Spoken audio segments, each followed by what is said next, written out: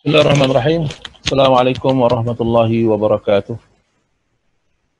Innal hamdalillah nahmaduhu wa nasta'inuhu wa nastaghfiruh wa na'udzu billahi min shururi anfusina wa min sayyiati a'malina. Man yahdihillahu fala mudilla lahu wa may yudlilhu fala hadiya lahu. Asyhadu an la ilaha illallah wahdahu la syarika lahu wa asyhadu anna Muhammadan abduhu wa rasuluh. أما بعد فإن أصدق الحديث كتاب الله وخير الهدي هدي محمد صلى الله عليه وسلم وشر الأمور محدثاتها فإن كل محدثات بدعة.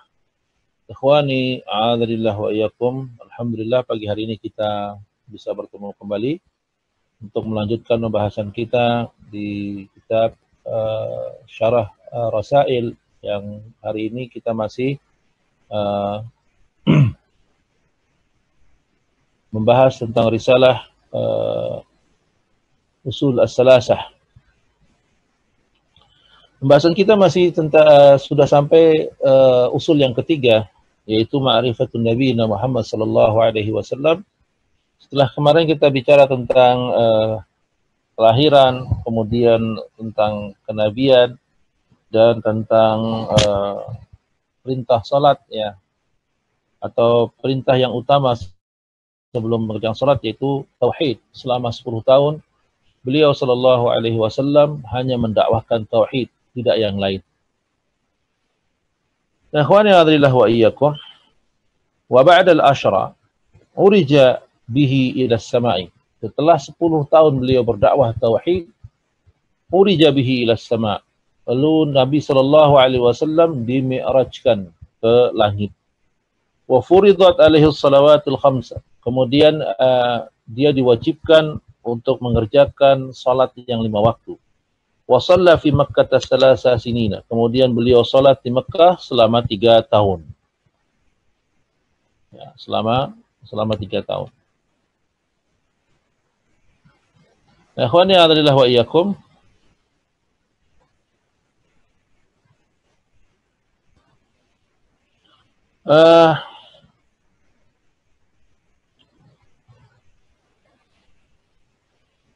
Qauluhu rahimahullahu ta'ala, kata Syekh Fauzan, ucapan dari Syekh Muhammad rahimahullahu ta'ala, wa ba'dal ashru ara urija bihi ila sama'. Setelah 10 tahun beliau dimi'rajkan ke atas langit. Baqiya sallallahu alaihi wasallam asra sinina ala hadha yanha 'anil syirk. Yaitu setelah beliau berdakwah selama 10 tahun memperingati manusia terbahaya syirik atau melarang manusia untuk perbuatan syirik, wa yad'u ila tauhid, dan mendakwahkan tauhid, yu'assisu hadzal asas untuk menegakkan atau menguatkan asas atau pondasi ini ya. Tsumma fi sanatil hadiyah asyrata usra bihi minal masjidil haram ilal masjidil aqsa. Maka setelah 10 tahun itu, maka mulailah beliau ada perintah berikutnya, yaitu beliau diperjalankan dari Masjidil Haram ke Masjidil Aqsa. Sebagaimana Allah Subhanahu wa taala berfirman dalam surat Al-Isra ayat pertama, Subhanalladzi asra bi'abdihi lailan minal Masjidil Haram ilal Masjidil Aqsa. Maha suci Allah Subhanahu wa taala yang telah mengisrakan atau telah menjalankan ya hambanya dari malam hari dari Masjidil Haram ke Masjidil Aqsa. Bainama huwa sallallahu alaihi wasallam naimun fi baitin Ummu Hani ja'ahu Jibril alaihi salatu wassalam. Yaitu kisahnya berawal tatkala beliau sallallahu alaihi wasallam bermalam di rumah Ummu Hani, bibi beliau ya, Ummu Hani, ja'ahu Jibril alaihi salatu wassalam. Datanglah Jibril. Ya, datanglah Jibril. Wa ma'ahu dabah yuqalu laha al-buraq. Nah, Jibril membawa sebuah tunggangan atau seekor tunggangan atau kendaraan yang dinamakan buraq. Aqalla min bagal, yang lebih lebih kecil dari bagal, wa fawqal himar, dan di atas himar. Bagal itu hewan peranakan antara kuda dengan khimar, ya. Lalu anaknya jadi bagal. Dan burak ini lebih kecil dari khimar. Wa fawqa al-himar, burak itu lebih kecil dari bagal dan lebih besar dari khimar. Wa yaqa'u khutuhu 'inda mudda basarah, ya. Tapi langkahnya sejauh mata memandang, secara dia begitu dia melangkah sejauh mata memandang. Sejauh mata memandang. Fa'urkiba sallallahu alaihi wasallam 'alaiha, maka beliau sallallahu alaihi wasallam menaiki tunggangan ini. Wa dhuhiba bihi ila Baitul Maqdis fil lail, lalu diajak pergi berangkat ke Baitul Maqdis di malam hari. Asra min as-sara wa huwa as-sayra bil laili. Asra itu artinya adalah asal katanya as-sara, ya, yang berarti perjalanan malam hari. Wa hadza min khawasihi sallallahu alaihi wasallam wa min mu'jizatihi alaihi salatu wassalam. Dan ini merupakan kekhususan dan mukjizat dari Nabi sallallahu alaihi wasallam, yaitu beliau diperjalankan oleh Allah Subhanahu wa taala menuju dimi'rajkan menuju Baitul Maqdis, lalu dimi'rajkan ke atas langit. Ini merupakan mukjizat dari Nabi sallallahu alaihi wasallam.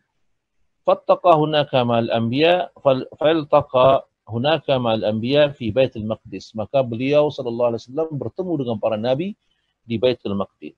Thumma innahu sallallahu alaihi wasallam urija ila as-sama'.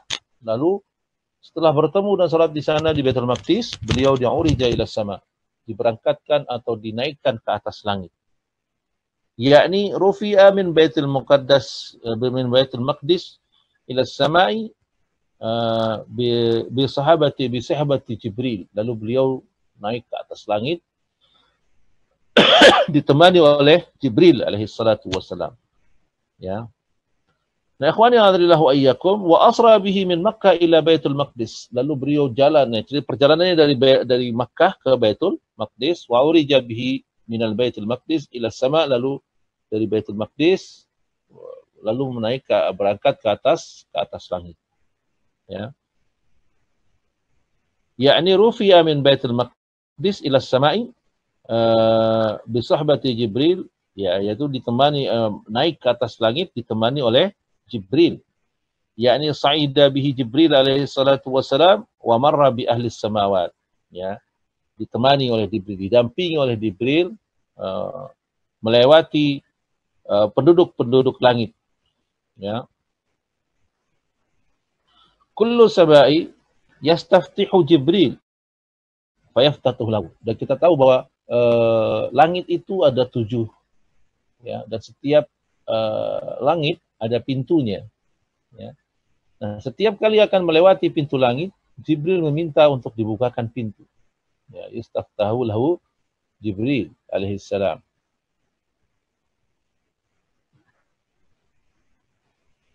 Kemudian thumma intaha ila as-sama'i sabi'ah, sampai langit ke-7. Ya, langit 1, 2, 3, 4 terus sampai ke-7. Thumma sa'ida fawqa as-samawati ila sidratil muntaha. Lalu setelah langit ke-7 naik sampai sidratul muntaha. Wa indaha kalamahu Allahu min wahyihi bima sya'a fa farada alaihi salawatil khamsa. Nah, di sidratul muntaha inilah Allah Subhanahu wa taala mengajak dia berbicara. Ya. Allah mengajak Nabi SAW berbicara di atas langit yang satu tempat yang bernama Sidratul Muntaha. Yaitu wahyu yang berisi tentang diwajibkannya salat 5 waktu. Faradaha fil yawmi wal laili 50 salah. Pertama kali diwajibkan selama sehari semalam 50 waktu. Walakin Musa alaihissalam asyara ala nabiyina Muhammad sallallahu alaihi wasallam bi ayyas'ala rabbahu at-takhfif. Tapi ketika dia turun ke langit 7 atau ke langit 5, dia bertemu dengan Musa, lalu Musa berkata, mintalah keringanan dari Rabbmu, karena 50 kali dalam sehari semalam itu sangat memberatkan. Ya. Lalu Nabi sallallahu alaihi wasallam fa inna ummatahu la tatiqu 50 salati fil yaumil wal lail. Kata Musa, umatku tidak akan sanggup mengerjakan salat sehari semalam 50 kali. Fama zala Rasulullah sallallahu alaihi wasallam yuraji'u rabbahu yas'alahu at-takhfif hatta intahat ila khamsah. Lalu Nabi sallallahu alaihi wasallam bolak-balik bertemu dengan Rabbnya dari 50 waktu sampai akhirnya tinggal 5 waktu. Faqala Allah azza wa jalla, dan Allah Subhanahu wa taala berfirman, kama fi hadis al-Isra wal Mi'raj, ya, seperti hadis dalam hadis Isra dan Mi'raj, amdaitu faridatan wa khaffaftu an ibadi wa ajzal hasanah ashran. Kata Allah Subhanahu wa taala dalam hadis qudsi, aku tetapkan kewajiban bagi hambaku, aku ringankan mereka dari beban yang berat, dan aku ganjar 1 kali kebaikan dengan 10 balasan. Ya. Jadi dari 1 kebaikan dibalas dengan 10 ganjaran. Berarti ini sama pahalanya dengan 50 kali sholat sehari semalam. Karena apa? 1 waktu sholat terhitung sama seperti 10 kali. Ya, karena Allah mengganjarnya setiap 1 kebaikan diganjar dengan 10 kebaikan. Wa fi riwayatin Anas an Abi Dzar faqala, dan dari riwayat Anas dari Abi Dzar dikatakan wahiyya khamsa wahiyya khamsun, hiya khamsu wa hiya khamsun. Nah, 5 waktu itu yang dimaksud jadi pengganti dari 50 waktu yang semula diwajibkan pada kita. Ai khamsa fil amal wa khamsuna fil mizan. Maksudnya 5 kali bekerja atau 5 amalan tapi dibalas dengan 50 kali di mizan, di timbangan. Khamsa salawati fil yawmi wal laila ta'adilu khamsina salati fil mizan. Ya, jadi sama seperti 5 waktu dalam sehari semalam itu terhitung 50 kali dalam timbangan Allah Subhanahu wa taala. Li'anna al-hasana bi asyri amsalha, karena 1 kebaikan dibalas dengan 10 pahala, dilipat gandakan 10. Fas-salatul wahid an asyra salawat. Jadi 1 waktu salat sama dengan 10 waktu. Wal Isra dzukira awal surati Subhanah, dan kita perhatikan ayat tentang Isra ini diawali dengan kata-kata Subhanah, Maha Suci Allah, ya. Surah Bani Israel diawali dengan Subhanah. Wal Mi'raj dzakara awal suratun Najm, dan surat Al-Mi'raj itu disebutkan dalam surat pertama dalam ayat pertama dalam surat An-Najm. Ya, kata Allah Subhanahu wa taala, wa laqad ra'ahu nazlatan ukhra, dan dia telah melihatnya pada turun yang pertama, inda sidratul muntaha, di sidratul muntaha, indaha jannatul ma'wa, yang di sana ada surga yang tertinggi. Nah, ikhwani hadrillah wa iyyakum, hadza fil mi'raj. Ini cerita tentang Mi'raj. Tsumma innahu nazala minas sama ila Baitul Maqdis. Lalu beliau turun dari langit ke Baitul Maqdis lagi. Tsumma innahu raja'a ila Makkah fi lailatihi. Lalu dari Baitul Maqdis kembali lagi ke Makkah dalam 1 malam. Falamma asbaha wa akhbara an-nasa bidzalik. Tatkala pagi hari Nabi sallallahu alaihi wasallam mengabarkan hal ini kepada manusia, kepada orang-orang, ya. Al-mu'minuna zada imanahum. Orang-orang mukmin bertambah keimanan mereka. Wa ammal kuffar fazada syarrahum. Tapi orang-orang kafir malah bertambah keburukan mereka. Wa farihu bihadza. Mereka senang tuh. Ya, karena dianggap ini cerita hayalan, membenarkan tudingan mereka kepada Nabi sallallahu alaihi wasallam yang selama ini dia tuding sebagai orang syair majnun, penyair gila. Dia mendapat angin, seakan-akan mereka mendapat angin bahwa inilah saatnya kita semakin menjadi betul kan selama ini tuduhan kita bahwa beliau itu adalah betul-betul seorang penyair yang gila. Ini seakan-akan mendapat peluru baru orang-orang musyrikin jahiliyah ketika itu untuk menghancurkan Nabi. Dan demikianlah dakwah ikhwan ya adrillah wa iyyakum. Ya.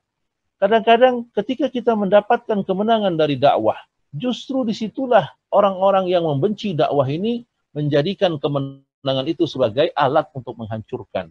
Ya, maka kita tetap waspada dalam berdakwah, ya, dalam menjalankan syariat ini. Karena demikianlah orang yang kita ikuti, Nabi kita Muhammad sallallahu alaihi wasallam. beliau justru mendapatkan permusuhan, manakala beliau, kalau secara hakiki beliau mendapatkan nikmat yang besar dari Allah Subhanahu wa taala berupa di mi'rajnya beliau dari Baitul Maqdis ke Sidratul Muntaha, ya. Kemudian ikhwani a'adzallahu wa iyyakum, warahu bi syahruni bihi, ya, warahu yashharuna bihi, ya. Kaifa yaz'amu sahibakum annahu dhahaba ila Baitul Maqdis wa raja'a minhu fi lailatin wahidatin, ya. Jadi mereka sebarkan tuh, bagaimana bisa teman kalian itu yang kalian anggap nabi itu, dia bisa berjalan atau menempuh perjalanan yang panjang dari Mekah ke Baitul Maqdis, lalu ke Sidratul Muntaha hanya satu malam, ya, hanya satu malam. Wa nahnu nadribu akbad al-ibil ilaiha syahran dhahaban. Sedangkan kita kalau ke Baitul Maqdis itu butuh waktu 1 bulan perjalanan. Kok dia cuma 1 malam? Ini dikatakan wa syahran iyyaban. Satu bulan penuh kita jalan.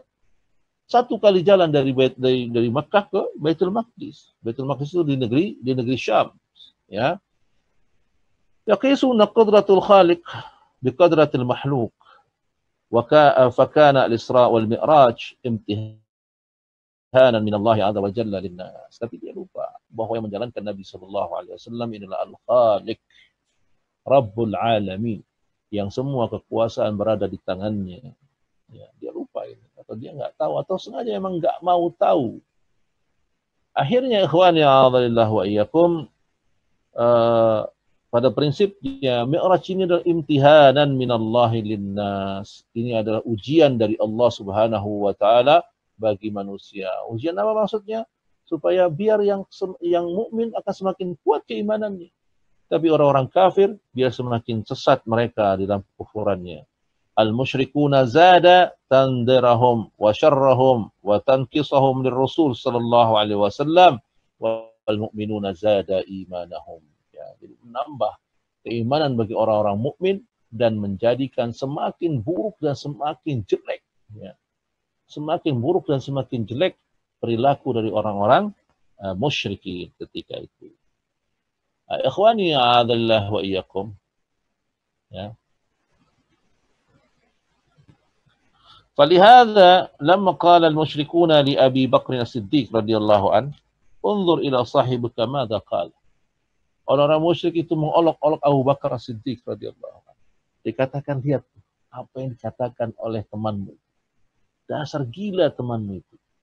Abu Bakar ketika itu berkata, "Wa madza qala?"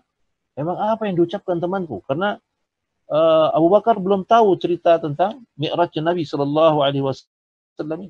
Dia tanya, ada apa emang ini? Apa yang diucapkan oleh sahabatku itu? Qalu, mereka berkata, orang musyrik berkata, yaz'umu annahu dhuhiba bihi ila al-Baitul Maqdis wa 'urija ila as-sama' wa innahu jaa fi lailatin wahidatin. Lihat yang diocehkan itu sesuatu yang enggak masuk akal.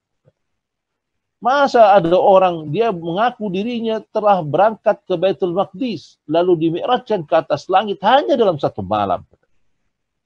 Qala Abu Bakar As-Siddiq radhiyallahu anhu. Lalu berkata Abu Bakar As-Siddiq yang membenarkan ini. Dia katakan, in kana qalahu fa huwa kama qala laqad sadaqa. Kata Abu Bakar, ya, kalau itu yang dia ucapkan, kalau benar apa yang diucapkan, ya, maksudnya betul, kalau betul ucapan itu dari Nabi sallallahu alaihi wasallam, fa huwa kama qala, maka apa yang diucapkan itu benar. Laqad sadaqa, dia telah jujur sebelumnya. Ya. Qalu, orang musyrik itu berkata, kaifa dzalik? Bagaimana begitu? Qala ana asdaqahu fima huwa a'zam min dzalik. Kata Abu Bakar, aku membenarkan dia jika ada berita yang lebih dahsyat dari ini. Ana asdaqahu fi khabar as-sama' yanzilu alaih. Aku membenarkan kabar bahwa ada yang turun dari langit, berita dari langit lewat dia.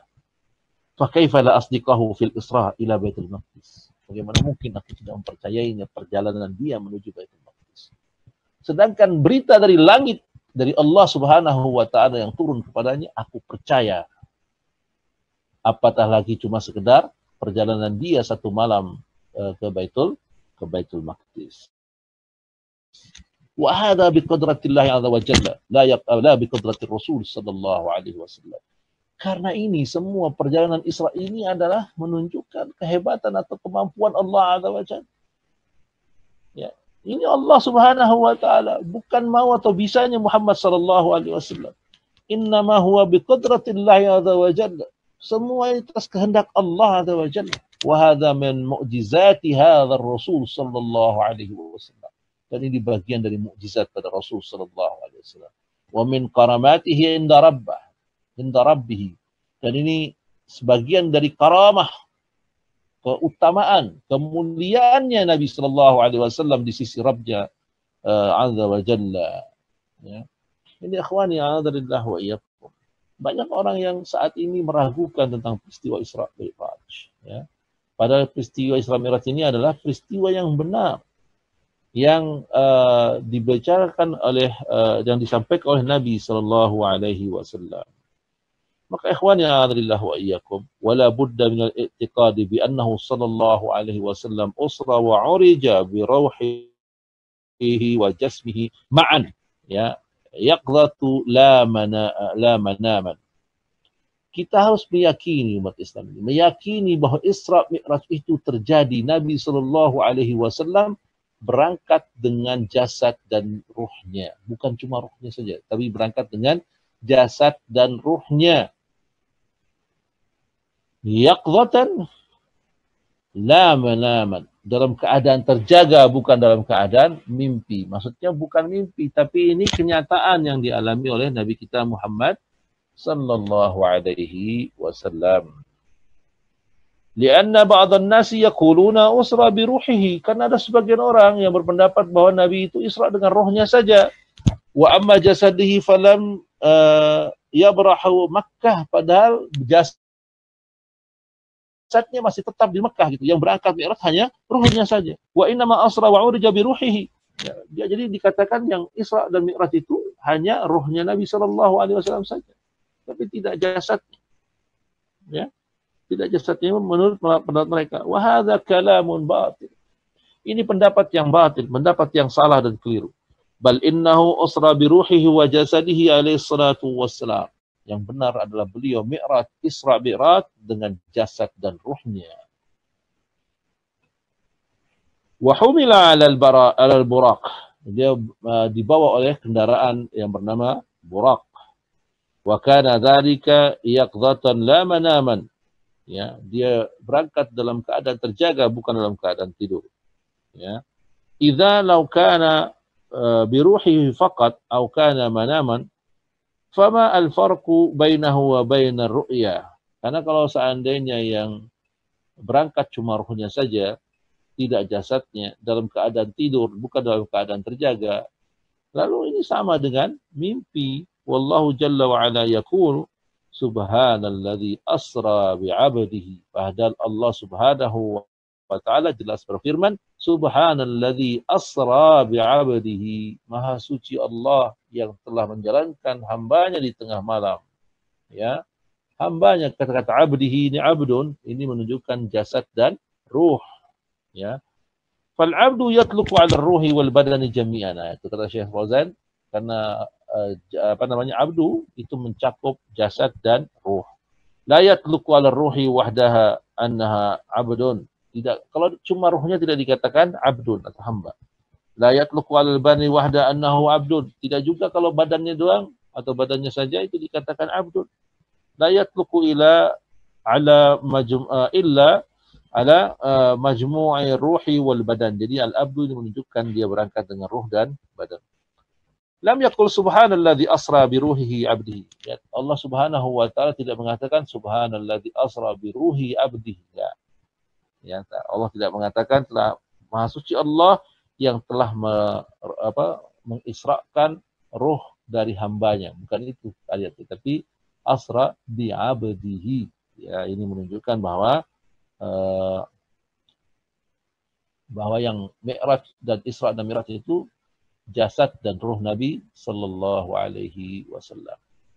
Ikhwani a'adzalillah wa iyyakum. Maka Syekh Muhammad berkata, faradat alaihi salawatul hamsa. Diwajibkan padanya salat 5 waktu. Wa sala fi Makkah salasata sinina, dan beliau salat di Makkah selama 3 tahun. Wa kana yusalliha rak'atain. Dan pertama kali salat itu difardukan. Salat itu asalnya 2 rakaat. Ya. Falamma hajaran Nabi sallallahu alaihi wasallam atammat ribaiyah ila arba'u ila al-fajri. Maka ketika sudah hijrah, maka Nabi menyempurnakannya menjadi 4 rakaat kecuali salat fajar. Fa innaha tatulu fiha al-qira'ah fayaqitu rak'ataini kama hiya. Maka disunnahkan salat subuh itu walaupun 2 rakaat memanjangkan bacaannya supaya sama seperti salat 4 rakaat. Wa ila al-maghrib fa innahu thalatha min awwali ma faradat. Dan kecuali maghrib juga. Maghrib itu fa innahu thalatha, dia adalah 3 rakaat min awwali ma faradat, dari sejak awal difardukannya. Di annaha witrun nahar, karena salat maghrib itu dianggap salat witirnya siang hari. Ya, memang dari awalnya maghrib itu diperintahkan 3 rakaat. Sedangkan yang lainnya diperintahkan awalnya 2. Maka Allah keluarkan waktu subuh, tapi dianjurkan untuk memperlama atau memanjangkan bacaan sehingga sama derajatnya dengan selama lamanya dengan salat 4 rakaat. Ikhwani a'adillah wa iyyakum. Amma dhuhur wal asr wal isya wa kanat fi Makkah rak'atain. Tadinya zuhur, asar dan isya itu waktu salat di Makkah selama 3 tahun itu Nabi salat 2 rakaat. Falamma hajaran Nabi sallallahu alaihi wasallam atammat 4 rakaat.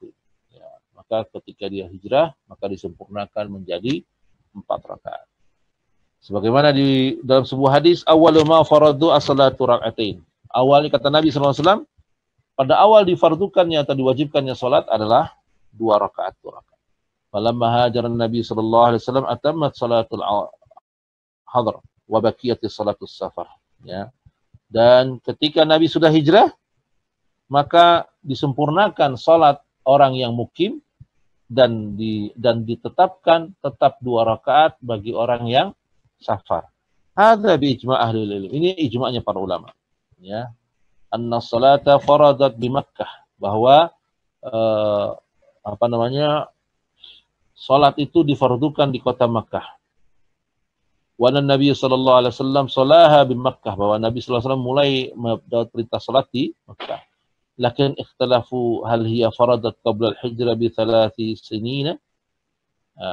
Yang khilaf itu apakah Nabi sallallahu alaihi wasallam difardukan salat atau diwajibkan salat sebelum hijrah selama 3 tahun atau beberapa tahun.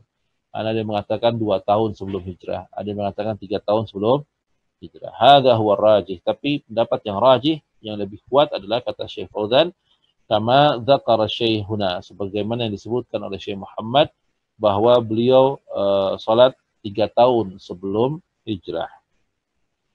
Wakila qabla al-hijrah bi 5 sinin. Tapi ada juga pendapat yang mengatakan sebelum hijrah itu beliau sudah mendapatkan kewajiban salat 5 tahun. Ya. Nah, ikhwani a'adillah wa iyyakum, ada juga yang mengatakan wakila qabla al-hijrah bi sanatin wahidatin, ada yang mengatakan 1 tahun sebelum hijrah. Wakila bi sanatin wa nisf, ada yang mengatakan 1,5 tahun sebelum hijrah. Ya. Lakin ar-rajih huwa ma dzakarahu syai' annaha qabla al-hijrah bi 3 sinin. Tapi yang rajih, yang lebih kuat pendapatnya adalah yang mengatakan, yang dikatakan oleh Syekh Muhammad di sini, bahwa beliau mendapatkan perintah salat yaitu 3 tahun sebelum hijrah. Wa hal farada ma'as salati syai' akhar min arkanil Islam? Apakah diwajibkan juga salat yang lain, ya, yang bagian yang masuk bagian dari rukun-rukun Islam? Ada mahal khilaf bainal ulama. Ya. Ini ada terjadi khilaf di kalangan para ulama. Tadi ada pendapatnya, hal farada ma'as salatu syai'un akhar min arkanil Islam, apakah ketika turun perintah salat diwajibkan juga perintah-perintah yang lain dalam rukun-rukun Islam, maka ini terjadi perbedaan pendapat di kalangan ulama. Ya. Minhum may yara anna zakata faradat aidan di Makkah. Sebagian mereka ada yang berpendapat bahwa oh ya, zakat itu juga diwajibkan di kota Makkah. Wa innama bayyanat ansabataha wa maqadiraha wa ahli zakah fil Madinah. Tapi ketika di Mekah diwajibkan untuk bayar zakat juga, tapi ditentukan tentang tafsirnya, tentang kadar-kadar bayar zakatnya dan siapa mustahiknya itu dijelaskan di kota wa Madinah. Amma aslu faradiyatuha fahuwa fi Makkah. Maka asal dari perintah zakat yaitu di kota Makkah. Dalilnya adalah firman Allah Subhanahu wa taala, wa amanu haqqahu yauma hasadih, ya. Wal muradu bihaqqihi huna az-zakah. Katakan beriman pada haknya pada hari hasadih, ya. Maka dikatakan di sini haqqihi yaitu az-zakah. As-surah Makkiyah kulluha. Pada dikatakan di sini surat ayat ini termasuk surat Makkiyah. Surat 641.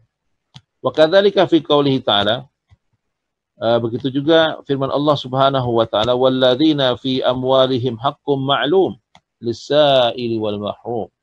Yaitu firman Allah Subhanahu wa taala juga yang merupakan ayat Makkiyah, yaitu Allah berfirman walladzina fi amwalihim haqqum ma'lum. Yang orang-orang yang di harta mereka ada hak orang-orang yang lain, lis-sa'il wal mahrum, bagi orang-orang yang meminta dan yang terhalang dari meminta. Maka aidan hadza as-surah Makkiyah, dikatakan ini surat-surat Makkiyah. Wal muradu bil haqqil ma'lum az-zakah. Dan haqqul ma'lum maksudnya adalah az-zakah.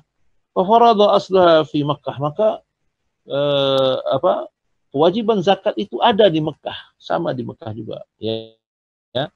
Lakin bayyanat tafasiliha bil Madinah hadza qaul. Tapi rinciannya berada di kota Madinah. Sama seperti tadi halnya salat. Salat ketika pertama kali turun itu perintahnya 2 rakaat. Belum ada perintah untuk wudu, belum ada syariat tayamum, belum ada syariat bersuci, belum sampai. Tapi perintah itu sudah ada. Maka itu sebagian ulama mengatakan zakat juga seperti itu. Kewajiban itu sudah turun di kota Makkah sebelum di kota Madinah.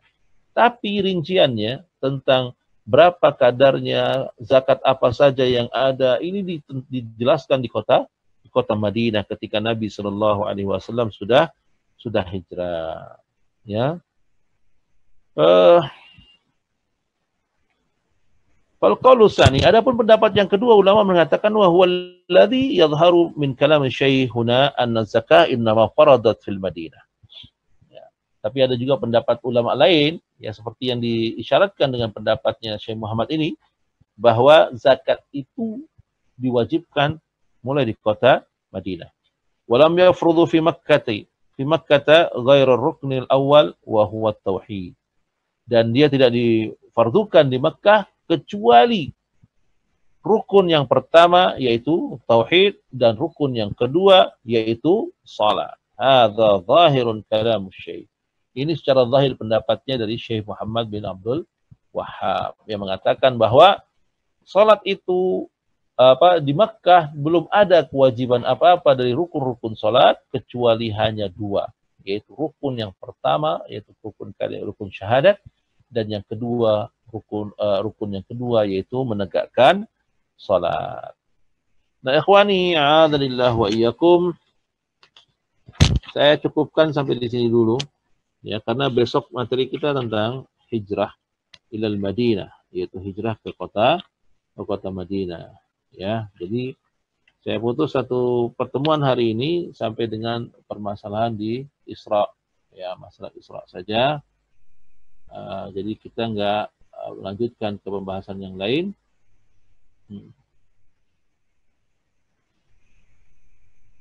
Ya. Kita tidak melanjutkan ke yang lain, nanti kita sambung pada pertemuan berikutnya. Ya. Sampai di sini dulu jumpa kita ikhwan yang adzanillah wa iyyakum, sampai dengan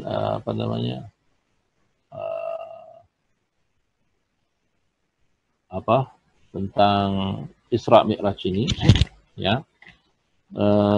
bahwa kejadiannya seperti itu. Ya, bermula dari Nabi Shallallahu Alaihi Wasallam bermalam di rumah Ummu Hani, salah seorang bibinya yang dekat dengan Ka'bah ketika itu, ya, rumahnya dekat dengan Ka'bah. Lalu beliau didatangi oleh Jibril dan diajak untuk Isra atau berjalan di malam hari menuju Baitul Maqdis. Lalu sampai di Baitul Maqdis beliau bertemu dengan para arwahnya, para nabi, dan salat bersama mereka. Lalu urija ila sama, lalu beliau dimi'rajkan ke atas langit. Spesial sampai ke langit 1, 2, 3, 4, 5, 6, 7, sampai di atas yang langit 7, diantar oleh Jibril alaihissalam sampai dengan Sidratul Muntaha. Dan Nabi SAW di Sidratul Muntaha itulah beliau diajak bicara oleh Allah Subhanahu wa Ta'ala untuk diwajibkan padanya salat 50 waktu dalam sehari semalam di awalnya. Tapi ketika dia bertemu dengan Musa lalu minta keringanan, Musa merintahkan untuk kembali lagi kepada Allah untuk dimintakan kerikhlasah atau keringanan supaya umatnya ini bisa mudah untuk mengerjakannya, ya, sampai akhirnya Allah tetapkan sehari semalam hanya 5 waktu. Itu pun dicatat oleh Allah Subhanahu wa Ta'ala. Kita hanya mengerjakan 5 waktu sehari semalam, tapi pahalanya kita mendapatkan bagaikan pahala 50 waktu sehari semalam. Dah, ikhwan yang adalah wa iyyakum, kemudian Nabi SAW setelah mendapatkan perintah itu kembali lagi ke ke Baitul Maqdis dan balik ke negeri Makkah atau Baitul Haram di Makkah, di kota Makkah. Lalu terjadilah kegoncangan saat itu ketika banyaknya orang-orang kafir yang merasa mendapat angin untuk semakin menghujat dan meremehkan Nabi SAW. Dan ada juga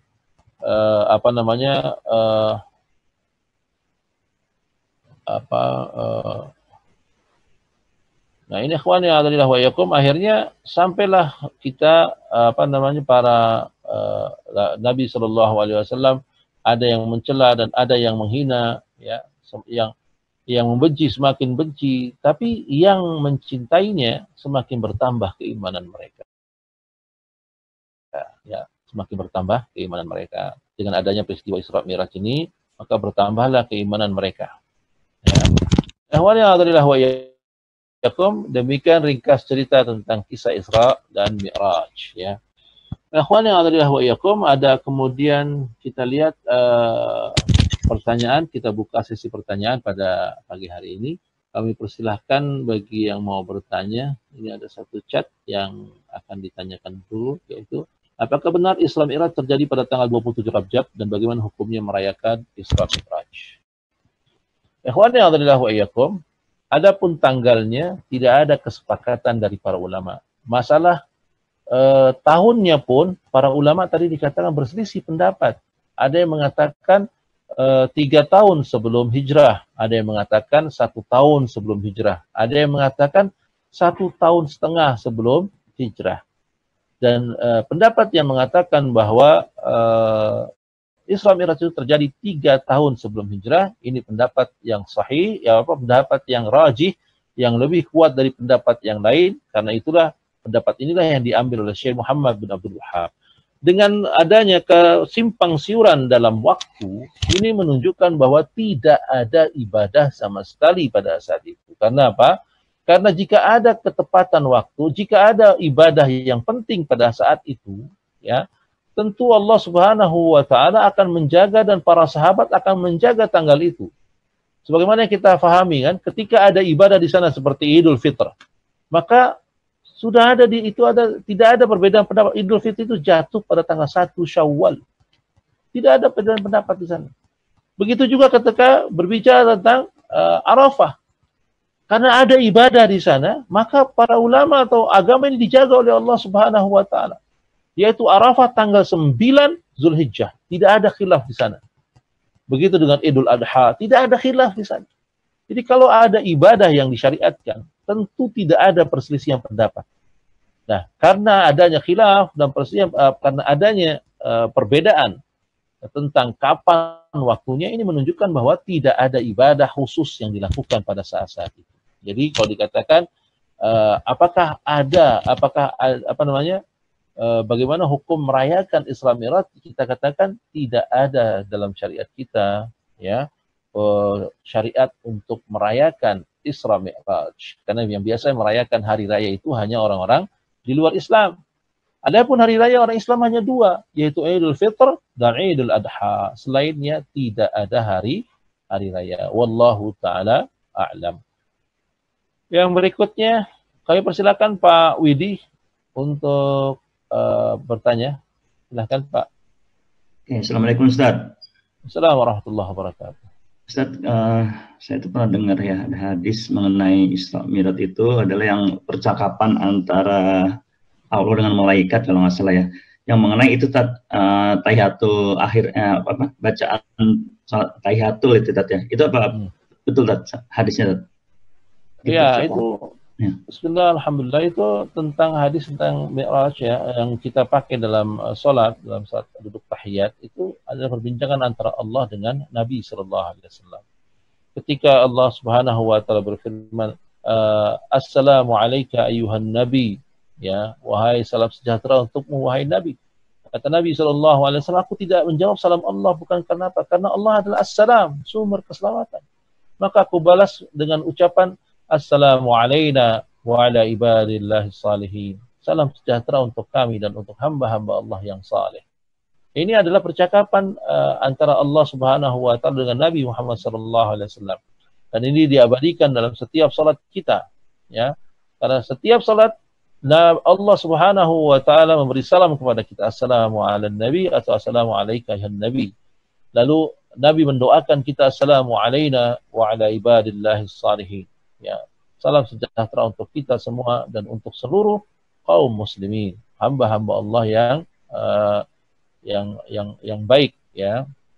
Assalamualaikum wa ala ibadillahi salihin, ya, pada hamba-hamba Allah yang saleh.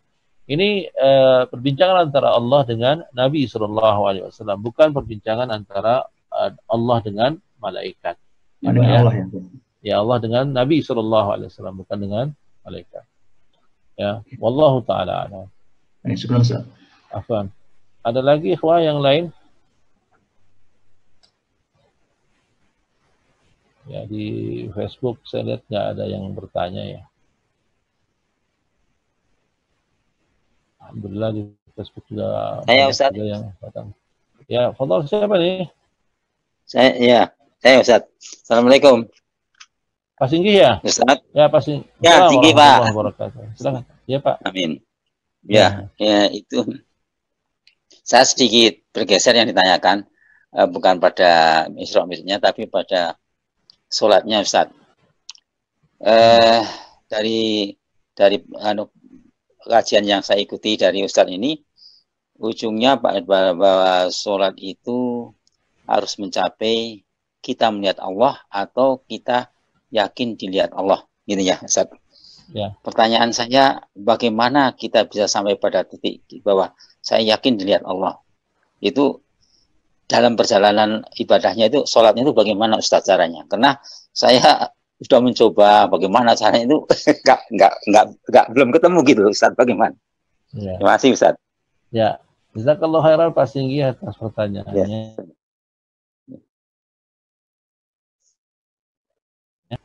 Bahwa ihsan yaitu an ta'budallaha ka'annaka tarahu fa in lam takun taraha fa innahu yarak. Ihsan itu adalah tingkatan tertinggi dalam agama kita dan kita mengarah ke sana. Kita terus melaksanakan atau menuju supaya timbul keyakinan bahwa seakan-akan kita melihat Allah dalam beribadah. Bukan cuma dalam salat, tapi dalam semua ibadah, dalam semua kehidupan kita. Jadi seakan-akan kita melihat Allah. Kalaupun kita tidak melihat Allah, tapi Allah pasti melihat kita. Perasaan muraqabah, perasaan diawasi. Perasaan bahwa Allah senantiasa mengawasi, melihat, dan kita dekat dengan Allah Subhanahu wa taala, itu akan tumbuh manakala kita terus memperbaharui keimanan kita. Kita menjalankan ibadah sesuai dengan apa yang dituntunkan oleh Nabi sallallahu alaihi wasallam, menjauhi hal-hal yang tidak diajarkan. Kemudian kita mencoba mendawamkan hal ini. Dan ini yang seperti yang Nabi sallallahu alaihi wasallam bersabda, innamal ilmu bitta'allum, sesungguhnya mendapat ilmu dengan cara belajar. Wa innamal hilmu bittahallum, dan sifat remah lembut itu harus dilatih. Nah, semua itu perlu latihan. Ya, semua perlu latihan. Maka ketika dalam beribadah, berusahalah untuk menghadirkan hati dalam beribadah. Ya, berusaha bahwa ketika kita salat, yang salat itu bukan cuma lisan kita, tapi pikiran kita juga salat. Hati kita juga hadir di situ. Gerakan-gerakan kita juga salat. Lisan kita juga berkata yang salat juga. Ya. Maka semua hadir. Maka Nabi SAW juga begitu halnya ketika berpuasa. La taj'al yawma siyamakum. Jangan kau jadikan hari puasa kalian sama seperti hari ketika kalian tidak puasa. Kenapa? Ketika puasa itu kita sedang ibadah. Maka hadirkan hati kita ketika kita ibadah.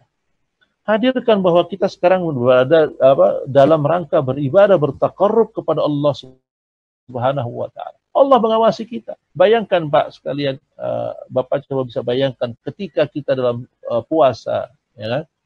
Ketika kita wudu di siang hari waktu zuhur, ketika kita kumur-kumur air ke dalam mulut kita, kalau seandainya kita mau nakal, kita minum sebagian tapi kita buang sebagian, adakah yang tahu? Kalau kita kan tidak ada yang tahu. Lalu apa yang menyebabkan kita tidak memasukkan air ke kerongkongan kita? Apa yang menahan itu semua? Bukankah itu karena kita merasa bahwa Allah tahu apa yang kita lakukan? Nah, perasaan itu, puasa itu ketika kita hadirkan itu, maka kita berusaha untuk menghadirkan hati kita. Ketika hadir hati kita, maka mulailah terasa bahwa Allah mengawasi kita. Nah, setiap ibadah juga seperti itu. Ya, setiap ibadah. Bukan cuma puasa, bukan hanya sholat. Maka berusahalah untuk menghadirkan hati ketika itu. Dan puasa salah satu cara untuk mendekatkan diri kita kepada Allah Subhanahu wa taala. Merasa diawasi. Ya. Kalau di dalam puasa kita bisa menahan diri untuk melakukan hal yang orang lain tidak ketahui. Nah, seperti contoh misal tadi seperti kita kumur-kumur di siang hari. Ya.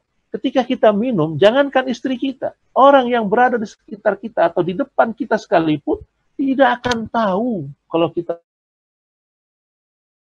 minum seteguk air saja dari yang masuk ke mulut kita. Tapi kenyataannya ketika kita minum satu teguk atau kita masukkan air teguk kemudian kumur-kumur, kita membuangnya. Lalu kita berusaha untuk mengeringkan mulut kita. Kenapa? Kita khawatir ada bagian air yang masuk ke dalam mulut kita itu masuk ke lewat tenggorokan kita yang akan membatalkan puasa kita. Ini latihan, Pak.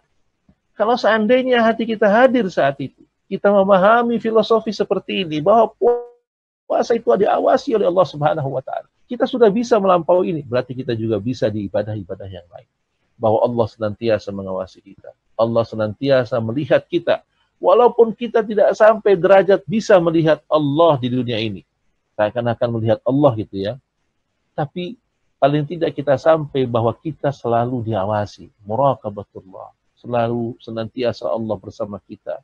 Senantiasa Allah menjaga kita dan mengawasi gerak-gerik kita. Sehingga ketika apa yang kita lakukan, kita tidak ada beda antara kita beramal di depan orang banyak. Tidak ada beda ketika kita beramal sendirian.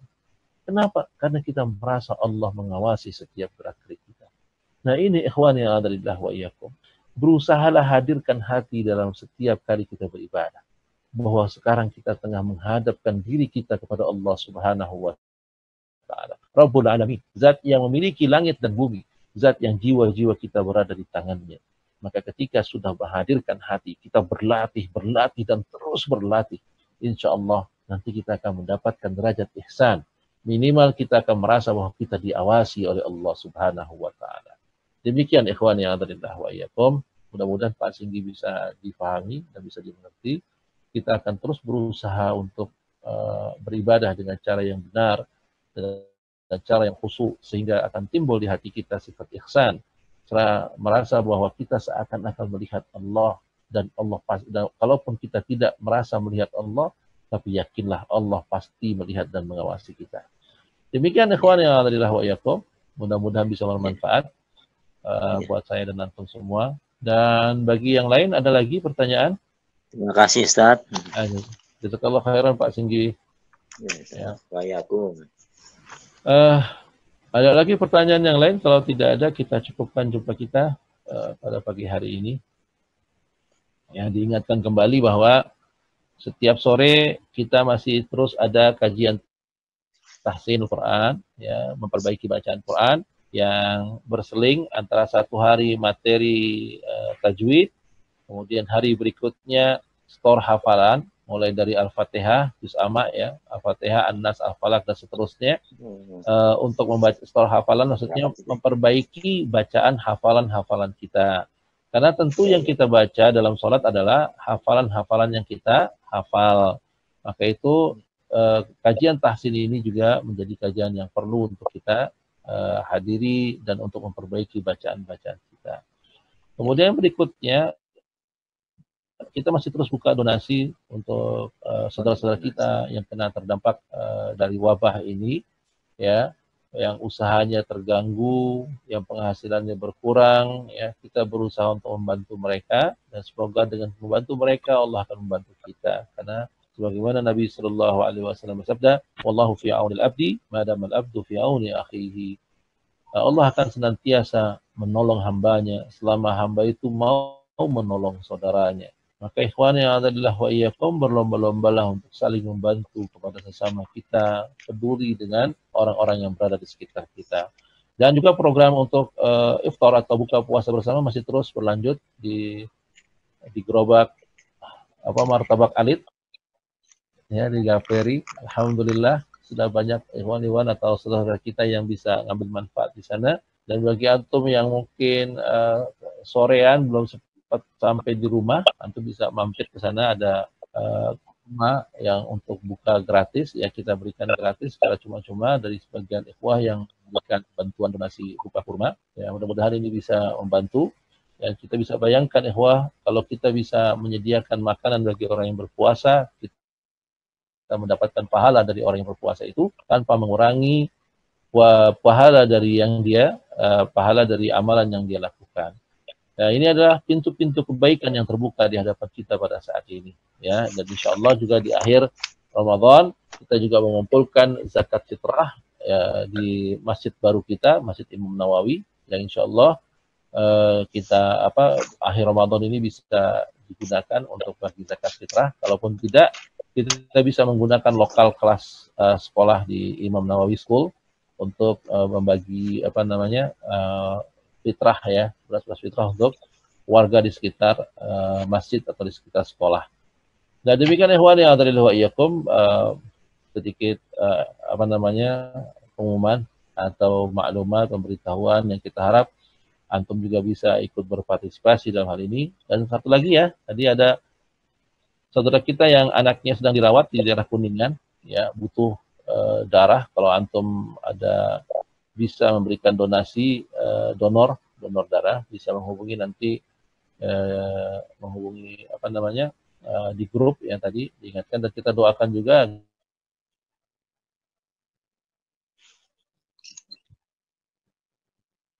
ya, dan anaknya Khadijah, semoga Allah berikan cepat kesembuhan dan Allah berikan pahala yang besar bagi Pak Ahmad atas kesabaran dari musibah yang menimpa. Demikian ikhwan yang adalah wa iyyakum, kita cukupkan jumpa kita dengan kafaratul majlis.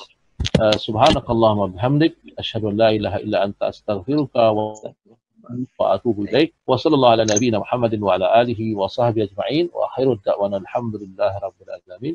Wassalamualaikum warahmatullahi wabarakatuh. Waalaikumsalam.